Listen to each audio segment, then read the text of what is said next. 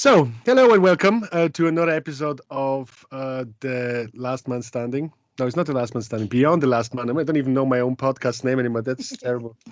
But anyway, yeah, welcome to another episode of the Beyond the Last Man. Today is Tuesday, the 22nd of November. I can't believe it's nearly 1 month to Christmas. It's absolutely ridiculous. Today is just going to be me and Lottie because we're just going to do a WSL or Arsenal women's podcast today, as we basically for the whole team what we actually wanted to do on this podcast and this specific one.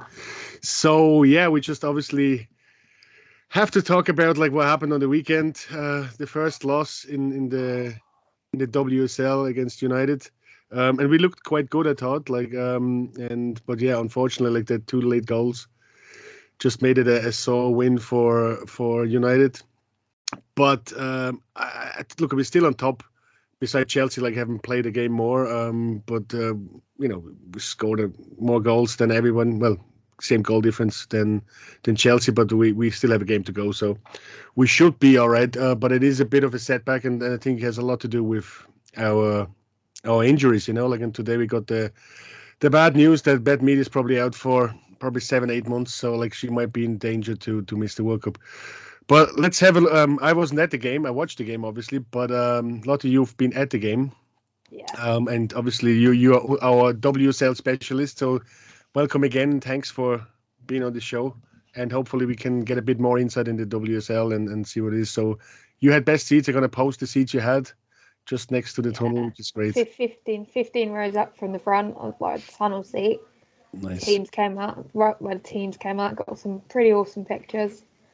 But yeah, no, it's just nice to be back at the Emirates, especially to see thoughtful, like maybe 40,000 fans. Yeah, that's great. And up the whole of the lower tier, and a little bit of the East Upper filled up, which was really good to see. Lots of people there with their families. They had the WSL trophy outside the ground as well. So nice. me and my friends that I went with, we all jumped in for our free Polaroid. Okay. So that was pretty cool. So did they decide to leave it there now? Like it's already decided, or? Yeah, no, I hope so. Yeah, I hope so. And like I kind of said to the guy, "Right, don't forget to put that in our trophy cabinet for this season." He just looked at me, didn't get it. So it was a bit strange. You think as someone who's looking after it, they'd know what I was talking about. Yeah. But kind of got into the ground. It was busy. Lots and lots of younger fans there, which I loved to see. Sort of made my way down to my seat, because by the time I managed to queue up my WSL picture with the trophy, I had about 10 minutes to get to my seat. But queues were moving faster than usual, which was like unbelievable. I was actually quite shocked at the fact that I got in within 10 minutes, found my seat where my friend had bought seats. We had 3 in one row and 3 in the row behind. So we were sitting in sort of a box so we could all see and talk to each other instead of one line, nice. Which I thought was a really good idea. Sort of kick off, it was relatively calm. There was an odd few Man United fans scattered in my block and in block 1 as well, which is the other side of me. But mostly for the home fans. They had a massive away corner in the clock end. Just a solid block of Man United fans. So it was nice to see the away corner completely filled up. We had our minute silence because of obviously remembrance at the moment, which was great to see. And then we moved on to kick-off lineups. It was what I expected. Yeah. Because the amount of injuries we've got at the moment. What did concern me is that we didn't have any leadership. Any of those big characters that do lead, which was mostly Kim and Leah.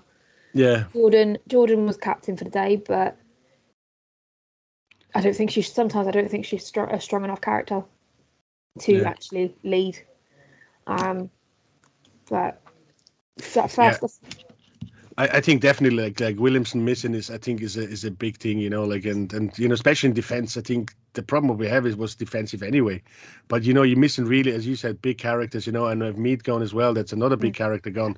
So it's very hard to see how we replace them and that's kind of missing on it, and maybe as well that was wrong in the last 10 minutes, like we know, because when we scored like the 2-1, really thought we would go on, and we had the momentum and everything. But it just kind of, and that would be the leadership, I think, in the end, to to play that game out, But look, no, definitely. I do need to take time to apologise to Frida Marnham. I was saying to my friend at half time, like, she's either absolutely setting the place on fire, or she's like a slow fizz. She did absolutely nothing. Within a couple of minutes of coming back in the second half, boom. It was a beautiful goal. So I humbly apologise to Frida Marnham, because I shouldn't have said what I said. Well, it was a 50th game as well, wasn't it? It was like 50th no, definitely. game for Arsenal, it's amazing, like how quick things go in it. Like, like she only joined us, I think, last year, and 50 games already, under her belt, and and look, she's keeping Meadham out, and I think as well, like, Meadham is quite good play as well, but I don't think she's kind of like the the bubbly thing and holding. She's not the. I don't know. As I said, I'm very not humble. Yeah. And the way she carries herself, and as most of you, any WSL fan knows, she doesn't celebrate her goals, which is quite cool. Makes it gives her own unique edge. But I think I do feel at the moment that this whole new role where Frida plays, and in that role, she's not that cutting edge striker. I think we need to go back to the drawing board and realise it doesn't work. A lot of WSL fans will say, hang on a minute, but she wants to play there. It's not a case of she wants to play there and she enjoys playing there. It's a case of how she's used and how many goals she's scoring. Yeah. Because she did come on. I did see a really nice moment where Leah Williamson was sitting behind the bench. She actually sat there and fixed her hair, and they were sitting there talking before she came on, which is, if you just look across and see that, it's just like, the friendship in the team. And friendship and like being a part of the team is just, it's incredible at Arsenal, and you can see that when they're playing on the pitch. But her playing with that where she is at the moment, it needs to stop. She needs to go back up top with Stina for me. Yeah, personally, she hasn't got that edge that she did as she did before. For me. Yeah, she was injured though. Like, didn't she? She was. She had a bit of a time off, I think, as well in before the season started. She hasn't really been right since she had COVID. Yeah. She hasn't been right. Even through the Euros, you can see she's not been right, and I think that's why Frida's managed to get the time on the pitch. Yeah, it's actually going to be interesting now. Like, I know we bought that Brazilian girl from Barcelona, Gia. What's her name? Queers. Yeah. She's now. I know she's only a young girl. Like, but with Beth Mead out now. Like, I wonder if they're actually going to have to recall her. Because like we are a bit, I know, like with team with Miedemann not playing, it seems we're a bit short as well. Like, and Kim Little not been in, and now Mead out. It's gonna be hard to see, like, like where's this part to come. I know she's only 19, but maybe they have something else. I don't know. But even like the bench didn't look too great, So now it's an extra one out. I know, like you said, Kim Little is training, and so does Williamson, but. Yeah, we'll see what it is. Look, it's one game, which I don't know. It felt a bit like the United game we played with the men. We played quite well, but we just in the end we didn't win. To some silly mistakes, I think. And look at the last 10 minutes, they had 3 chances, and then one went in, and then just in the last minute the corner. But yeah, like looking for the future. I mean, there is a few games coming up. I think there's 7 games till Christmas. 4 of them, I think, Champions League. So we'll see. Like we had, I think, our hardest game was Lyon away, I think. See how we get against Juve now. Like, that's going to be on Thursday. But yeah, it is a bit, not scary, but like we are missing the defense. Defense is definitely one of the weakest parts of the team what we have now. And now, like, we're going forward as well, and there's a few people missing. So there's kind of like the spine is kind of falling apart by the looks of it, I 100% agree with you on that one. I do want to kind of look at that defence again, but I've got to say Lottie did absolutely superbly most of the time, keeping Russo contained. I know Russo got past her and through her a few times, but that was due to be due to getting around Laura. Yeah. And she wasn't 100% fit either. She came back from the internationals. She just came back, and she came back to prove a point. Yeah. Which is fair enough, but I will say I'm quite pleased that I did not see a single red card during this game, because normally one of our players does get sent off against Man United, and it's just a miracle we didn't. And Katie also finally picked up her first yellow of the season. Okay. And I was sitting there thinking she's going to get it today. If it's going to be any game, it's going to be today, and it was. Yeah. I mean, probably the two games like Spurs and Man United, the games, they really be emotional, and that's why you get the crowds in as well. It's quite interesting to hear that Vina said he wants to play all the games in the Emirates in future, which amazing. It'd be amazing, but it'd be a very, very tough thing to not to sell, but even for to arrange it actually, because they're playing sometimes at the same time, so they get the people in. What happens if they play in it? Sometimes you have games on a Saturday or a Sunday and they play each other, behind each other. So how would that work? I'm not quite sure, but I'm sure they find a way. I don't personally. I don't think it will work because with the weekend games, the men's they fill up the ground. Yeah. Women, you're looking at the middle, maybe lower tier at the moment only, and the game will grow, but it's just a case of it growing. And it takes time. I can see where Vina is going with it, but. He didn't put a timeline on it, did he? No, he didn't. But it's not ready for that. But it's going in that direction. For me personally, Arsenal, Chelsea, City, they're with our fans. We've got the most backing. Everton's ground's a little bit smaller. So if you can just tell by the crowd numbers, Arsenal is always full. Maybe not in the height of winter when it's really cold. But majority of the times I've been there, we're completely full. Yeah, and I think it's a nice way to do it at the moment, isn't it? Like to have the big games, played there, and because I think, as you said, I mean, women's football had a massive upturn in the last couple of years, which is absolutely great to see. Look, there's even a footballer now in the jungle, like a women's footballer in the jungle. She's our Euro winner as well, which is Jill Scott. Exactly, yeah. So which is amazing, And so the publicity is there, and I can see the ambition that they do want to go in the Emirates, and that's fair enough. But you don't want to have a game where there is 5,000-6,000, because I think when we played Liverpool. Away, that was kind of the way. There was more away fans nearly than Liverpool fans, and it might not have the same atmosphere. So I'd rather have them in Meadow Park, packed, a good atmosphere. And you have the games like Man United, City, Chelsea, United. You will get a good crowd, and you will sell them, and that's good, But you don't want to be played in an empty stadium. And hopefully, look, in the next couple of years, it will grow even stronger, and there's more support coming onto it, And and if Meadow Park is sold out all the time, then there will be time to have a look at these games to put them in. And I think it's good ambition.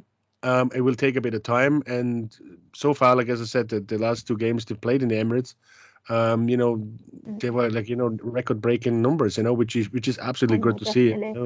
I mean, it's also a case of getting people's attention for Champions League football as well.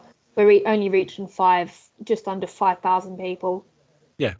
Turning up across the East Stand, and you don't really want that because it's very quiet. You can hear the Arsenal fans, you can hear the odd away fan as well, but you want fans to be turning up for that. At the moment, it's just the WSL. It still needs a lot more time to grow.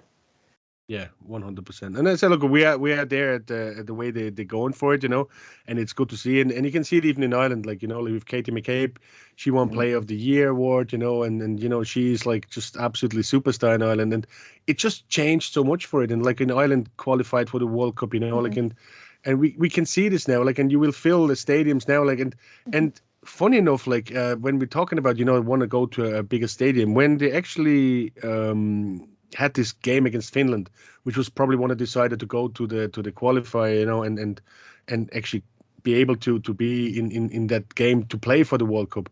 They were saying should we go to the Aviva Stadium in Ireland and in Dublin, and because the Tallaght Stadium might have been, you could have sold a lot more tickets if you would have gone to Aviva, but again, you wouldn't have sold 40,000 tickets. Definitely no. You would have probably sold 20,000 tickets, 25,000 maybe, but not full. And again, they said no. We are used to this stadium. There's the atmosphere is there, and that's what they went to and played there. Obviously, it's a national team. It's a bit of a different story. They're not playing that often, so the women's team, I'm quite sure they appreciate as well to play. But it's a big atmosphere for them. It's a bigger pitch, So it's I'm not sure how. Look, I never played football myself. Besides, a few kick-arounds, but to play in a big stadium, it's a tougher game, and it's a bit more pressure as well. Oh, no, but it's good to see, You can definitely tell the size difference between the Emirates and Meadow Park. Yeah. And like the international players, they'll go to grounds like Brighton and Wolves, like up at the Molineux. They're all bigger than Meadow Park because Boreham Wood is, I think they're in League 2 at the moment or League 1. Yeah. And that is the key difference. And sorry, that is the massive key difference. Yeah. The pitches, and I think that's one of our advantages because we keep going back to the Emirates because we need VAR for the Champions League football. Yeah. For us to be able to adapt from that size pitch to Meadow Park and Meadow Park to Emirates, it just works. Yeah. No, and it's good, as I said, like, and they will get used the more they often they play there, like, and I heard that obviously Laura Winreiter, she's from Austria, so, I will follow her a bit more than, probably the rest of them. And she scored her first goal as well, which is great to see. And unfortunately, it wasn't a winner. But she said, like, it's just so good to see, like, that many, people in the stadium. And then for them, like, I remember Austria played the first game in the Euros against England. And it was in Wembley, and it's just like all the amount of people. So it's nothing new for them anymore, but it's still something, when you play, it's something special, incredible, and as more often they do it, as more, it gets into more thing, and again, it will get people excited and think. But it's not only like, turning up at a big stadium. It has to be planned. It has to be making sense for them as well. And there's a lot more things to be thinking about than just, do you actually get the spectators, like, because you don't want to be playing games. It's also great, a case of 100%. It's also a case of inspiring the next generation. It's like at the Tottenham game, I saw Ozzy and his daughter, and she saw me with my flag and my shirt, and she was like, "Are you going to the game?" And I'm like, "Yeah." And I said, "You're going to come and sing with me in the chat at Meadow Park?" And now his daughter was driving him mad to take him down to Meadow Park. Because I said, "Yeah, you can come stand with me, come stand with the flag," and all that kind of thing. And it's inspiring the next generation and getting them to go is what's going to make it grow. Yeah, 100%. Because if they'll get their friends into it, and it's talking about it, it's going to the games, and it's the best thing in the world. And another thing as well is, like, obviously we're involving from this, and again, listening to watching the Jungle and listening to Jill said, when she was a child, like, she had, like, on a shirt she had, like, Beckham and wherever she had, like, probably all male footballers, because there wasn't really anybody to look up to as such, like, there wasn't any female footballers there. But now she said, now she goes to games and she sees the kids, in the academy, what she's running, and then they all have women's footballers on it. And that just shows you how the girls now looking at this game, and they have their own idols and their own thing. And then, again, you go back to Ireland in Dublin, the amount of kids are there, and they all have McCabe on the back. And it's just it's just a different kind of, like, it's just changed so quick. But it's good to see that that's coming, and that's definitely the way the whole game is evolving. And it's just good to see, yeah. No, definitely. I think I can completely agree with, like, Jill there. Growing up, you didn't see women's football. No. Like, you knew the odd name like Alex Scott or Rachel Yankee, but that was it. It wasn't really on the telly. You couldn't go and watch it. Yeah. And I was at an age where I wasn't old enough to go to games or go to wherever. So I ended up watching the boys the whole time. Yeah. It's only in the last year or so, because the boys were doing so badly beginning of last season, that I really got into the women's football. Yeah. And I'll sit there and watch every single game available on the FA player from every club. I've even dipped my toe into the Championship, which is really just something else. It's a lot harder. It's exactly like the men's Championship. It's a lot harder to get up, and you can see the quality that's coming through and moving around down there as well. But it's just so great to see it. Like, the younger generation is seeing the inspiration. And they get to see young players come through, like Michelle. Oh God, I've forgotten her last name. Michelle. I can't pronounce the name. Aganyang. I might have pronounced that wrong. I do apologise for anybody listening. But she was on the bench, wasn't she? Yeah, she did. She got a couple of minutes in the last few games, and she came on towards the end. Yeah. Once the referee decided to stop the game and stop us from playing with 10 players, which really irritated me. It took too long. Towards the end, because that's where Alicia Rusch's goal came from. So I just but there's young players like her coming through, and it's exciting to see, because you don't hear about the academies, and you wonder what talent is coming through. I know there's a few people that do follow the academies, like my friend Matt, So that's where I get all my information when it comes to the academy. Yeah. Because that's his knowledge base. But the girls' academy is not spoken enough for me. Yeah. Where we hear about the under-21s, the under-18s, all the time, but what about the girls? Yeah. No, and I think as well as, like, I mean, looking at, like, the success of Hale, Haaland and everything, and what's coming through now, and I wouldn't be surprised. I have to say, like, I really have to give it to Arsenal. Like, they're really trying to, because last year when I went in the armory, like, and we said about, like, women's on the shirt and whatever, you go in there and it was all men's shirts, like already pre-made and whatever. This year they already have the women's on it.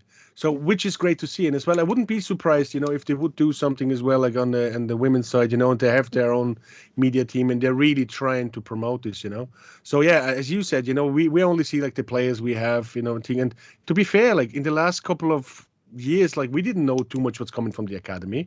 Only now that Mertesacker is there and Wilshire now is in the under 18s, and the YouTube had their thing about Haaland and everything. So now you can see it because it's more interesting, like, and with all this going, it's just like a small avalanche coming in, and I'm sure you will hear a lot more of them, and it's just great to see because it makes like the players, as you said, like, when they come through, like, you know them now, because now we know Saka and Smith Rowe, like, they all came from Hale End, and that's what you want, and we want to see probably hear exactly the same from the Arsenal Academy for the women, what's coming through in the next couple of years, and what can we grow, because it will grow the English football the same way as, like, it would help them, like, and being European champions, that's just gonna help massively, like, and has a lot more people going into academies, I think with this game, the draw to the game is the amount of England stars that were there. You had Alicia Russo, Ella Toone, Beth Mead. Obviously, you got the likes of Miedemar, who's a massive household name within the WSL because of her talent. And it's the big names that will draw you to the game. And you've got the likes of Nikita Paris as well. Although I did think I upset her at the game because a few of us stood up and just come back to the bench, and we were seeing Paris lost the Arsenal. She just looked at us in utter disgust. It was only a bit of a laugh. It wasn't horrible. Yeah. But she wasn't impressed at all. But yeah, no, I did feel like Kate McCabe did keep her quiet all game, which I did enjoy seeing. Yeah. To be honest with you, because she didn't have the greatest time at Arsenal, if I'm honest with you. I did feel her fit wasn't quite right, but she did get her thanks to Kim. She did get her 50th goal for the WSL from that penalty last season.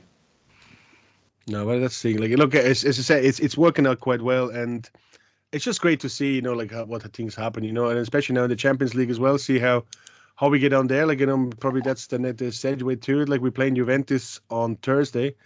What do you think about, like, obviously we're in a good start with Lyon away and Zurich we won as well, so we're on top of the league there. Juventus are playing quite all right, I think, in the Italian league. They're second behind Roma. Playing all right, I think, but I'm sure, like, we have a chance there to go. Like, and again, the problem what we have is going to be, like, who's going to play in it, really. Yeah. Thing is, I think the one thing that worries me about Thursday, we're away in Italy. Our ex-manager is there. He knows this team, apart from the players like Laura. Raffaelli's obviously can't play at the minute. Yeah. He knows most of that team. He knows how they work. He doesn't know how Stina works. Because Stina came last January, and he's all with Joe. He did kind of, for me, I felt like he ran his mouth a bit when he left. Oh, there's all this talent and they're not utilising it properly. And I'm sitting there thinking, hang on a minute, you didn't do that either. Yeah, exactly. You're talking. You were a manager. You were the manager of this team as well. So, but as I said, I haven't been watching long enough to be like casting judgments. But things like that, it makes you stop and think like, hang on a minute, you used to manage this team. You can't be saying that. Yeah. Because I know within the Arsenal fan bases, there is still some love for Joe and what he did for his time here. Yeah.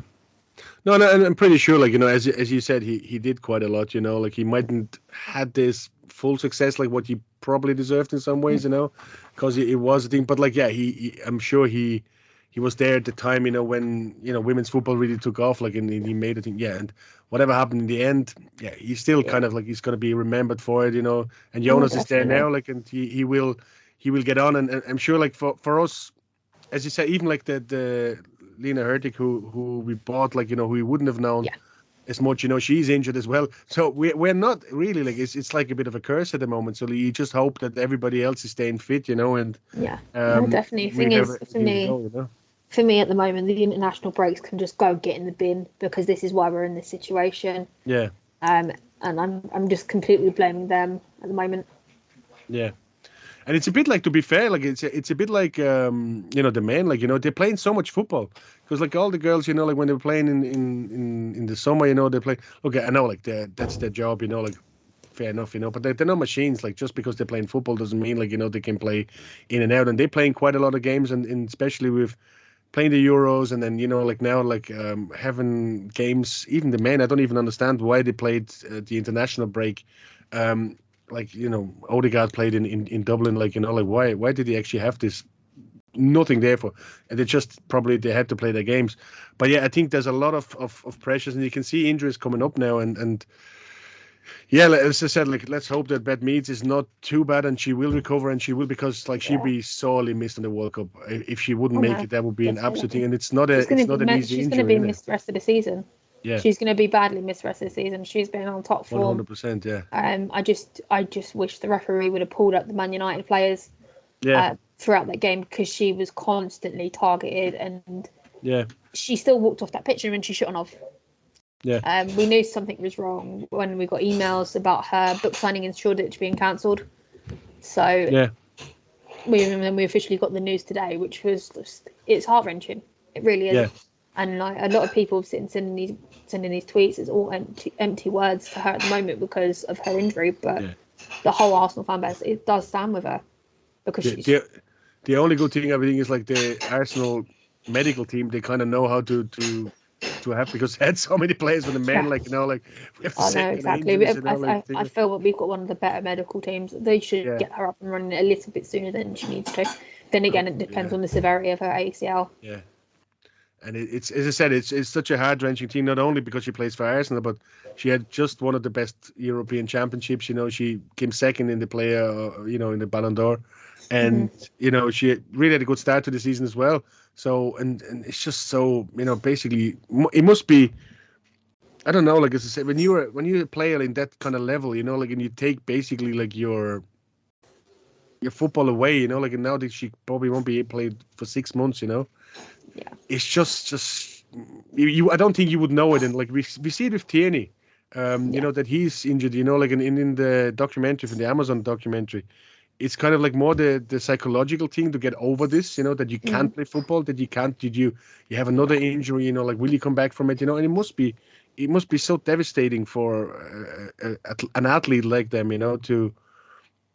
To get this injury like that and just play, like, and you can't play, you take away my thing. I know, like when I was a chef for years, and then all of a sudden, like, I had a back injury and I couldn't go, and the things I missed was the rush, at service, when you go in and the adrenaline, what you have, and it's exactly that. They have an adrenaline push every week, when they play a game, and that's gone, and that is the hard part really to overcome. And as you said, it's all empty words, but yeah, we wish you all the best anyway. No, definitely 100% agree with you there. I mean, but if we know anything with Beth, she can overcome anything. She was left out of the Olympic team, and she's just her game from then on has just got better and better and better, and she's now top elite level. Yeah, she will come back stronger from this. Players like Alexia Putellas over in Barcelona will come back stronger, because she did hers at the beginning of the Euros. Yeah. So both of them will come back, and they will light up our stadiums again. And I can't wait for the day she does. Yeah, no, 100%. And as I said, like, we all the best, because you never know with these injuries kind of how they turn out. But like, I think as we said, the medical team is quite good, so the rehab should be good as well. So let's hope she has a speedy recovery. And I don't know if she's going to make the end of the season, but like, let's hope she's going to be at least fit for the World Cup. Yeah, fingers crossed. So what you're predicting for the Juve game on Thursday? Oh. It's tough, isn't it? As I said, it is really tough, because if you look at the list, I'm gonna go for. I don't want to say. I'm gonna go for 2-2. 2-2. Yeah, I think I would take a draw as well, because as I said, you would, like, Lyon already lost. They drew with Lyon, Juventus. So if we can draw, like, we would still be top of the league, and then we have the rest of the games most of them are home games. So it's I think Zurich we have to go away. So look, it would be a great thing to win, but we just I think we have to count stock now on what we have and just have to take the injuries out, because as I said, for me at the moment the spine is gone. As you said, like, we don't have that leader at the moment. Like, even the McCabe should be that kind of role, but she's not. Again, they feel it as well, because she can't be everywhere as well. But like, if you have two or three, like on the pitch, I think that helps, and we just don't have them now. And 100%. So yeah, like I would take a draw, probably a 2-2. I'm sure they can score goals.